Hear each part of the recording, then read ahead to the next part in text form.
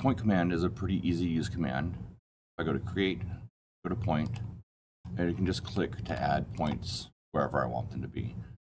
On their own, they're used mainly for center points, for holes, and things like that. So let me get it out of this and into something that's actually used.